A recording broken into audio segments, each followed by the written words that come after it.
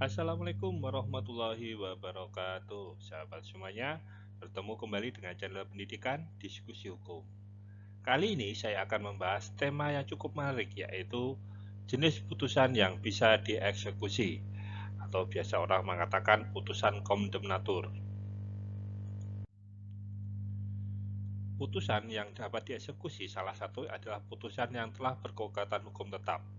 Namun, tidak semua putusan yang berkekuatan hukum tetap bisa dieksekusi. Putusan hakimnya bagaimanakah yang bisa dieksekusi? Kita lihat penjelasannya. Putusan hakim berdasarkan sifatnya ada tiga jenis, yaitu yang pertama putusan deklaratur, yang kedua putusan konstitutif, dan yang ketiga adalah putusan kondemnatur.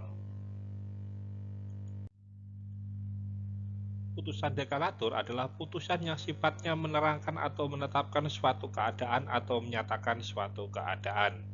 Contohnya menyatakan suatu keadaan dan menyatakan tergugat telah melakukan perbuatan wan prestasi. Menyatakan tergugat telah melakukan perbuatan melawan hukum. Ini contoh putusan deklaratur. Sedangkan putusan konstitutif adalah putusan yang sifatnya menciptakan hukum atau menghapus suatu keadaan. Ini adalah putusan konstitutif, memberikan suatu menciptakan hukum. Menyatakan A adalah ahli waris, jadi kan dia menciptakan suatu hukum dari hukum waris. Nah, kedua jenis putusan ini tidak dapat dieksekusi.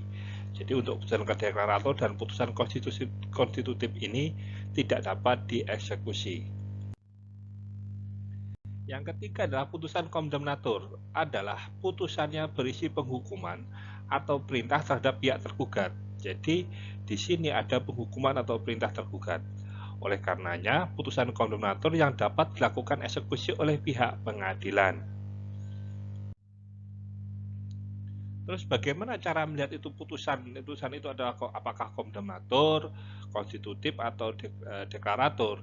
Yaitu melihatnya putusan tersebut terlihat dari amar putusan. Ya, amar putusan ini biasanya diajukan oleh petitum dari para gugatan penggugat, sehingga ketika mengajukan gugatan tentu harus ada namanya petitum kondemnatur, sehingga di situ akhirnya majelis hakim akan melakukan putusan kondemnatur. Jika di dalam amar putusan hanya bersatu putusan sifatnya deklaratif dan konstitutif, apabila diajukan pohon eksekusi pasti dinyatakan non-executable. Nah, berikut ini contoh putusan pengadilan yang bersifat kondemnator yang dirumuskan di dalam amar putusan. Jadi di dalam amar putusan ada kata menghukum dan memerintahkan. Nah, menghukum dan memerintahkan pihak tergugat untuk apa dia di sini? Contohnya menyerahkan suatu barang, menghukum dan memerintahkan tergugat untuk menyerahkan suatu barang apa yang menjadi objek sengketa. Menghukum dan memerintahkan pengosongan sebidang tanah atau rumah, karena sebidang tanah atau rumah tadi ditempati oleh pihak tergugat. Membongkar suatu bangunan, menghukum memerintahkan tergugat membongkar suatu bangunan. Nah, di sini apabila ternyata dia membangun suatu di tempat yang tidak sah atau sengketa lahan, tetapi si tergugat membangun suatu bangunan. Melakukan suatu perbuatan tertentu, contohnya pembagian waris. Karena belum dapatkan hak waris, maka di situ meminta untuk dibagi hak warisnya. Menghentikan suatu perbuatan atau keadaan. Jadi menghukum memerintahkan menghentikan agar tidak melakukan proses penanaman atau pembangunan, contohnya seperti itu. Nah, disinilah ada kata-kata menghukum dan memerintahkan. Ketika ada kata menghukum dan memerintahkan, di situ ada namanya petitum kondemnatur yang akan nanti dirumuskan di dalam amar putusan kondemnatur. Nah, selanjutnya ada juga, maaf terakhir lupa, yaitu melakukan pembayaran jumlah uang. Jadi menghukum memerintahkan tergugat untuk melakukan pembayaran jumlah uang. Ini juga bagian contoh dari putusan kondemnatur.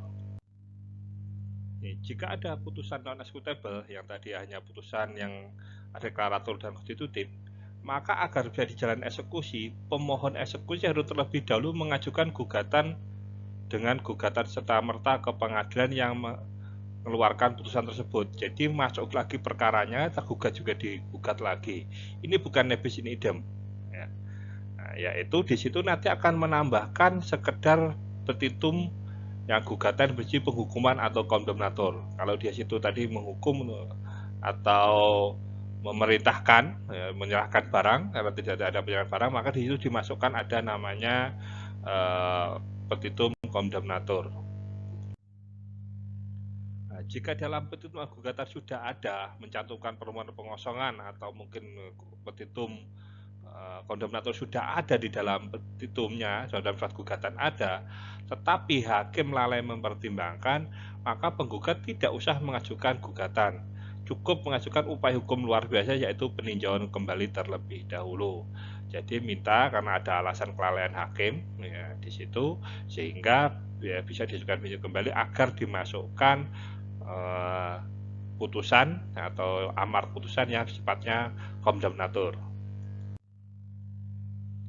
Untuk pelaksanaan putusan serta merta tadi yang karena non executable, mengajukan gugatan serta merta tadi yang mencampur tidak perlu adanya jaminan seperti yang disyaratkan dalam SEMA nomor 3 tahun 2000 dan SEMA nomor 4 tahun 2001. Jadi tidak perlu dibuat lagi adanya jaminan, langsung saja dilaksanakan eksekusi walaupun ada upaya hukum kepada pihak penggugat atau dari pihak tergugat sebelumnya.